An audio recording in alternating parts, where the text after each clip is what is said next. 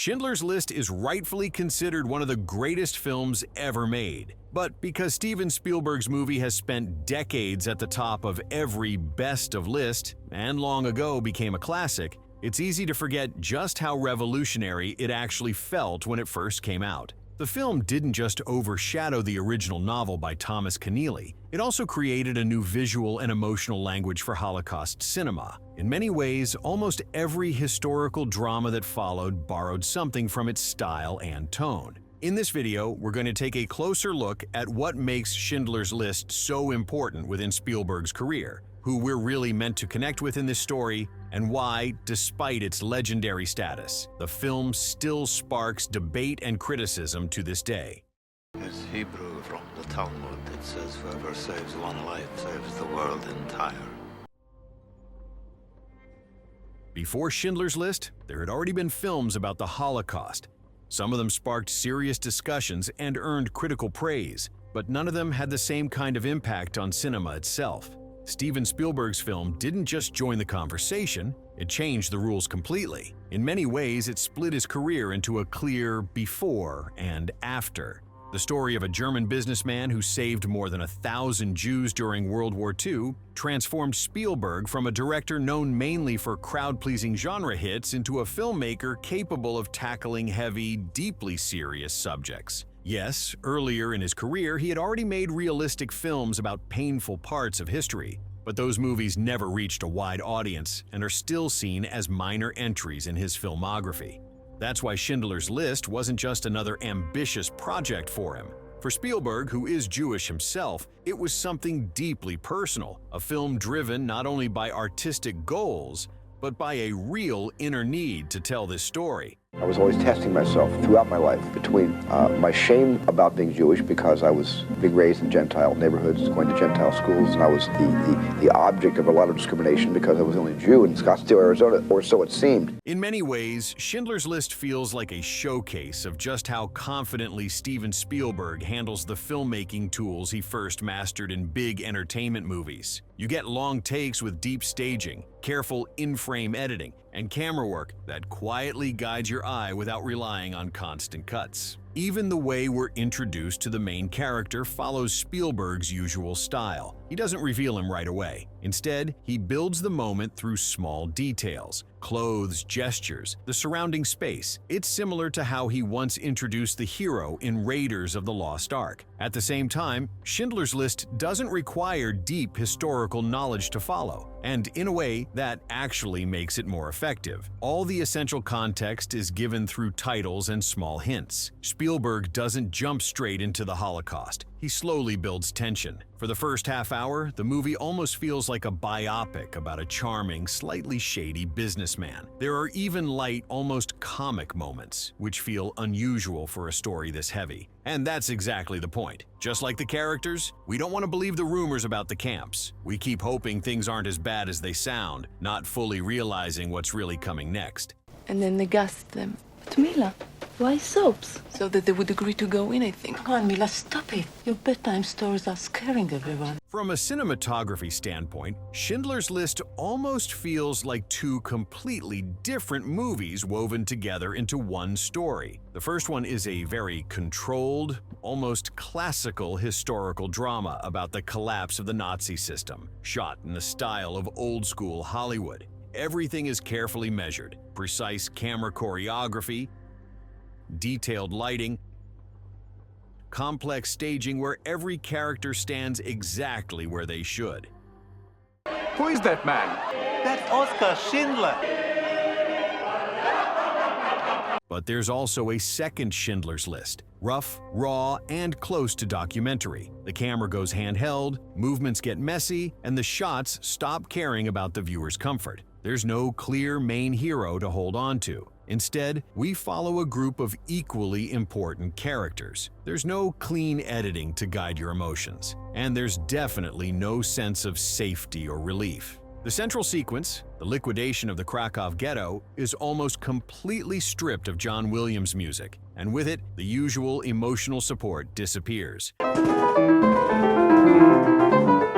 This is where the two films collide for the first time. Alongside Oskar Schindler, we're forced to face the horror head-on. The few touches of color even guide our eyes exactly where his gaze goes. Spielberg doesn't show the genocide through big, spectacular violence. Instead, he focuses on disturbing details: piles of suitcases and clothes, jewelry hidden in bread, endless lists of names. Through parallel editing, he contrasts the suffering of Jewish families with the comfortable lives of wealthy Germans, making the injustice even sharper. At the same time, he constantly creates visual discomfort. We often feel like we're spying on events from a distance, with glass, fences, or bars separating the camera from the characters. It both distances us and makes everything feel more real, almost like documentary footage. The black and white look serves the same purpose, a choice the studio didn't even believe in at first. All the early documentaries and archival films that were shown were always in black and white, so I don't have a color reference for that. Janusz Kaminski, Steven Spielberg's longtime cinematographer starting with Schindler's List, once said the movie was supposed to look almost timeless, like you shouldn't immediately know whether it was shot in the 1940s or the 1990s. That's why the film is almost entirely without color. It only shows up in the prologue, the epilogue, and a few key moments. The movie opens with an unsettling image of a candle. As the flame dies out, the color fades with it, and the screen turns black and white. That image echoes later details too: the smoke from a train heading toward the camps, and the girl in the red coat we'll see later on. Both the candle and the color work as symbols of hope. The flame can light up when compassion appears, and it can disappear when the tragedy reaches its worst point. In the finale, Spielberg deliberately breaks the illusion of fiction and reminds us that this story is real. In the epilogue, we see the actual people Schindler saved. They visit his grave and place stones on it as a sign of remembrance. We don't clearly see the face of the man laying flowers, but it's easy to guess it's Liam Neeson, the actor who played Oskar Schindler. At that moment, the movie's fictional world collapses. What's left isn't cinema anymore, it's history. Unlike the original novel by Thomas Keneally, Spielberg's version keeps many side characters only lightly sketched. Only a few people get real depth: Oskar Schindler, Eamon Göth, and Itzhak Stern. And the main conflict of Schindler's List is built almost entirely around Schindler and Göth. At its core, this is the story of two career-driven men who actually have a lot in common. Both care about status, money, and comfort. Both enjoy luxury, parties, and attention. They even look somewhat alike. The key difference is how they use the power they're given. One slowly chooses to save lives, while the other uses it to destroy them.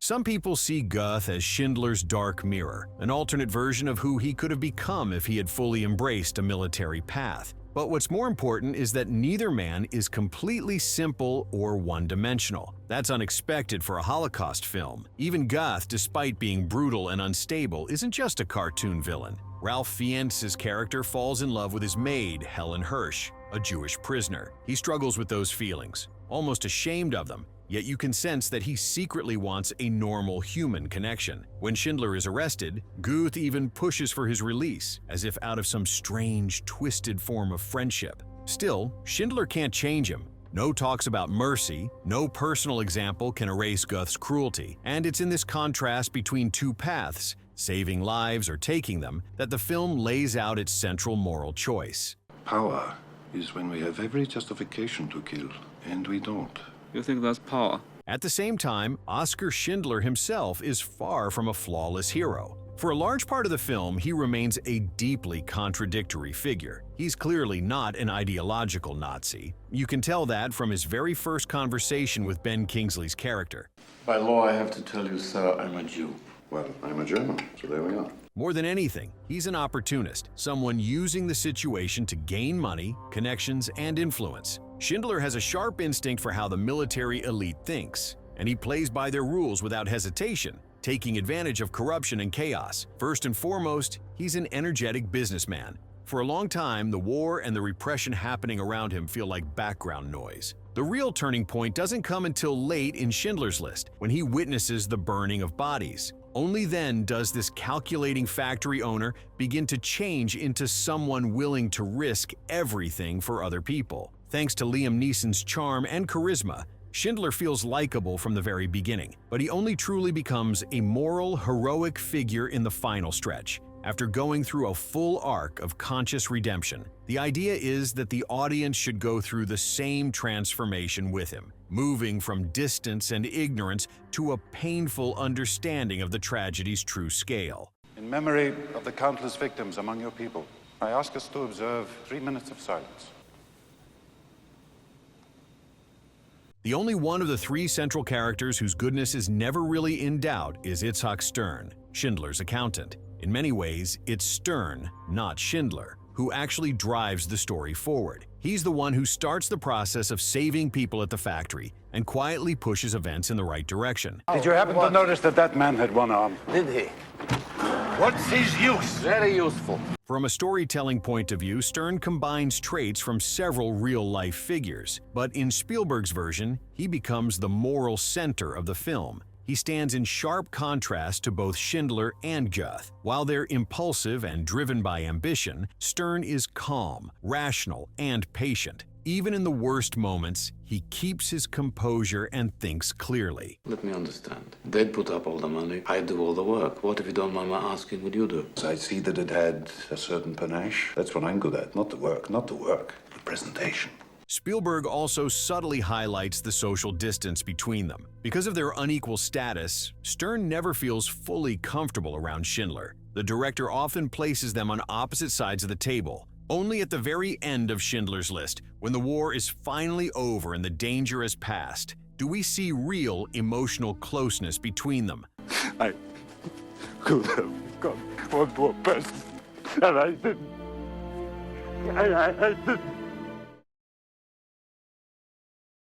Despite its massive box office success and 7 Oscars, Schindler's List didn't receive only praise. It also sparked intense debate. The film had plenty of critics. Many argued that the language of Hollywood simply isn't suited to telling a story about the Holocaust. Big studio filmmaking, they said, inevitably simplifies the tragedy and adds too much sentimentality, something that comes naturally to commercial cinema. Someday, this is all going to end, you know. I was going to say we'll have a drink then. I think I better have it now. Some critics believe that fiction films, by definition, can't fully capture a catastrophe of that scale. In their view, it would be more honest not to reconstruct events with actors at all, but to give the floor directly to survivors. A common comparison was Shoah, Claude Lanzmann's 9-hour documentary built entirely around interviews with witnesses. Ja, maar aan de gelijk. Nee, de vrouw is ook geschicht.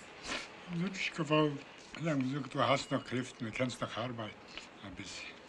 Context also played a role. That same year, Steven Spielberg released Jurassic Park. Because of that, some viewers saw his Holocaust drama as just another big attraction from a blockbuster director. Too spectacular, too polished, almost like entertainment designed to sell tickets. There were also complaints about the film's perspective. Since the story is largely told through the eyes of a Nazi, the audience ends up sympathizing with him, while many Jewish characters stay in the background. Some people were uncomfortable with the idea of a good German at the center of the story. Others felt the pseudo-documentary style might actually replace real historical memory with a cinematic version. And of course, critics pointed out historical inaccuracies, like the limited attention given to Schindler's wife Emily and her role in saving lives. But the film had just as many defenders. They argued that Spielberg managed to emotionally engage millions of viewers and make the history of the Holocaust feel personal and immediate. After his Oscar triumph,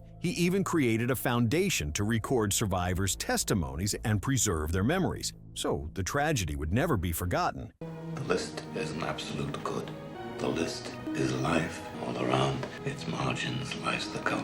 Today, new Holocaust dramas seem to come out almost every year. Some directors aim for extreme realism, trying to recreate events as accurately as possible. Others go in the opposite direction, building stylized or even artificial worlds that contrast sharply with the tragic story. But one way or another, most of these films still build on the image of the tragedy that Steven Spielberg shaped 30 years ago with Schindler's List. Before that, conversations about the genocide of the Jews were mostly happening among politicians, historians, and intellectuals. Even decades after the war, society still wasn't ready to face the subject head-on. Spielberg, known as a humanist and an almost stubborn optimist, is hardly someone you'd suspect of cynicism, but his film really was the result of a tough compromise between accessibility and the weight of the subject matter. Some critics argued that the movie only tells one specific story, more of an exception than the rule.